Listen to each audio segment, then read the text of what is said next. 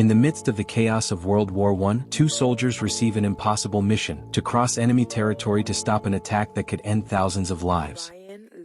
The story begins by introducing the protagonists, Blake and Schofield, two young soldiers summoned by their general as they march toward the British trench. Amidst the scarcity of supplies, Schofield shares a piece of bread he had saved, just as the rest of the soldiers prepare for the offensive. Shortly after, upon reaching the general, he reveals that the German army has made a strategic withdrawal, intending to lure the British battalion into an ambush. Therefore, their mission is to deliver an urgent message to Colonel Mackenzie of the 2nd Battalion, where Blake's brother is stationed, to call off the attack. Before departing, they receive some provisions and are assured that there will be no danger upon leaving, as supposedly no German troops remain in the area. Without wasting any time, they set off immediately. During the journey, Schofield tries to calm Blake, who is anxious to complete the mission, as his brother's life is at risk. However, Schofield is aware that the path ahead will not be easy, a fact made clear by the fact that they have been given grenades and ammunition. Upon reaching the front, they seek out Lieutenant Leslie to obtain permission to cross the lines, passing through hundreds of soldiers who remain vigilant for any attack. Once Blake delivers the message, the lieutenant scoffs at the supposed German retreat, convinced it is a trap. Even so, he points them in the direction of the enemy line, gives them an emergency flare, and wishes them luck on what seems like an impossible mission. The two soldiers then advance, crouching through barbed wire, past dead horses, and through craters filled with bodies where rats feed. As they approach the enemy trench, they ready their weapons, but are surprised to find no German soldiers, just as their superiors had said. Later, Schofield stops to tend to his hand while they both survey the area. Noticing the blocked route, they decide to enter the tunnels to cross the trench. In complete darkness, they advance cautiously and discover beds where German soldiers were resting. However, the tension rises when they see bags hanging from the ceiling, and Schofield realizes it's a booby trap which is accidentally triggered by a rat. The explosion leaves Schofield buried under the rubble, but Blake manages to rescue him and guide him toward the exit as the tunnel collapses. Exhausted, Schofield tries to regain his strength and laments having been chosen for this mission. Blake then launches the flare as a signal that the area is clear of enemies, and they continue their advance, keeping an eye out for destroyed artillery to prevent the British from reusing it. Finally, crossing a forest reduced to ashes, they find an abandoned cabin. There, Schofield takes the opportunity to confess that he traded his Medal of Valor for food. Blake chides him for not taking it home, but Schofield admits that he was afraid he would never return. At that moment, they find another abandoned cabin and make sure it is completely deserted, carefully searching every corner. During the inspection, Schofield finds freshly milked milk and decides to store it in his gourd for later. Suddenly, they witness an aerial engagement. British planes shoot down a German aircraft, which crashes dangerously close to them, nearly costing them their lives. Seeing the German pilot engulfed in flames, Blake, moved by compassion, decides to help him and with the help of his friend, manages to pull him from the wreckage. He then asks Schofield to fetch water. However, in an unexpected turn of events, the German stabs Blake, prompting Schofield to react immediately and shoot him dead. Gravely wounded, Blake begins to deliriously hallucinate in pain, while Schofield tries to carry him to the nearest camp. However, the young man can no longer endure it and, with his last breath, asks him to write to his mother. Moved by his grief, Schofield promises to carry out the mission, even as his friend dies in his arms. He then takes Blake's belongings, and as he attempts to give him a proper burial, two British soldiers appear and decide to help, since a unit was passing by. Upon learning of the mission, Captain Smith decides to take Schofield with his unit to get him as close as possible to his destination. Later, Schofield meets up with other soldiers exhausted from traveling for miles without a clear destination. During the journey, the truck they are traveling in gets stuck in the mud, so Schofield gets out to push it. Seeing their desperation to get out, everyone decides to help, finally managing to get the vehicle moving again. Along the way, Schofield explains his mission, and the soldiers understand its enormous importance, although they doubt he can complete it successfully. As they advance, they observe dead cows in the field, slaughtered to prevent the enemy from feeding. However, just when it seems there will be no more problems, the truck stops again upon encountering a destroyed bridge, preventing them from crossing the canal. Faced with this situation, Schofield decides to separate from the group. Before leaving, the captain warns him that Colonel Mackenzie, to whom he must deliver the letter, is a man who prefers fighting to obeying orders. Using the remains of the bridge, the young man skillfully crosses, but is immediately attacked by a German sniper. After taking cover, they both fire almost simultaneously. Seeing no movement, Schofield approaches to make sure the sniper is dead. However, the enemy is still alive. Although he manages to kill him, Schofield falls down the stairs and hits his head hard, losing consciousness. At nightfall, a trickle of water awakens Schofield, who, dazed, hurries forward as he realizes time is running out. He advances through a completely destroyed city, guided only by the light of a flare. Suddenly, Suddenly he hears gunfire and runs for cover. Taking advantage of the darkness, he continues onward until he reaches the central square, where he spots a figure approaching in the distance. A German soldier who, upon recognizing him, opens fire. After a fierce chase, Schofield manages to hide in the basement of an abandoned building, where he encounters a French woman who had been hiding. He asks her how to get to a Kaust, and she explains that by crossing the river and then the forest, he can reach his destination. Dizzy and exhausted, Schofield sits for a moment while the woman tries to treat his wound. At that moment, he hears the cry of a baby, hidden inside some crates to avoid being discovered by the Germans. The young man then remembers the milk he had collected and gives it to the woman to feed the baby. He also tries to soothe the infant by reciting a poem to it in a low voice. Shortly afterward, upon hearing the sound of church bells, he realizes that his time is running out and decides to leave, despite the French woman's pleas. Thus, he continues moving through the shadows until he encounters a drunken German soldier. Trying to divert him without drawing attention, he bumps into another soldier and is forced to strangle him to survive. He pushes the drunken man aside and flees, while other armed soldiers give chase. With no other option, Schofield throws himself into the river and manages to escape. The current sweeps him away violently, even causing him to fall over a waterfall. Even so, he manages to survive by clinging to a branch for a lifeline. As leaves fall around him, he realizes he has reached the bank, where several soldiers' bodies float lifeless. With what little strength he has left, he continues onward until, in the distance, he hears someone singing. Intrigued, he approaches and finds a group of soldiers gathered, listening silently to a young man whose voice moves them deeply. Schofield pauses for a moment to listen,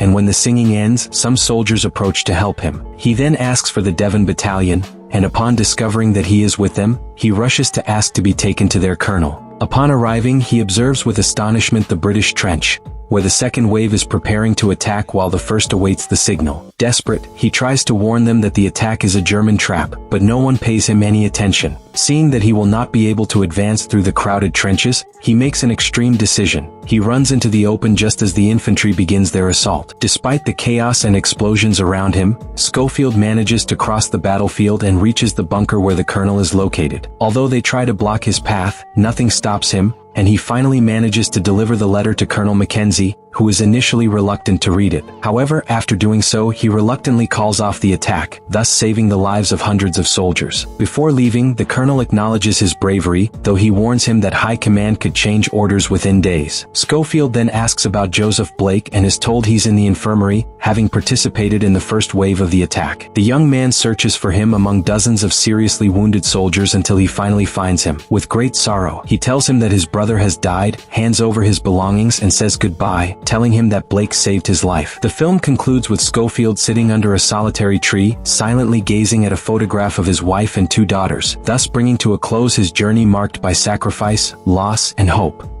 Don't forget to subscribe to the channel for more content. Bye.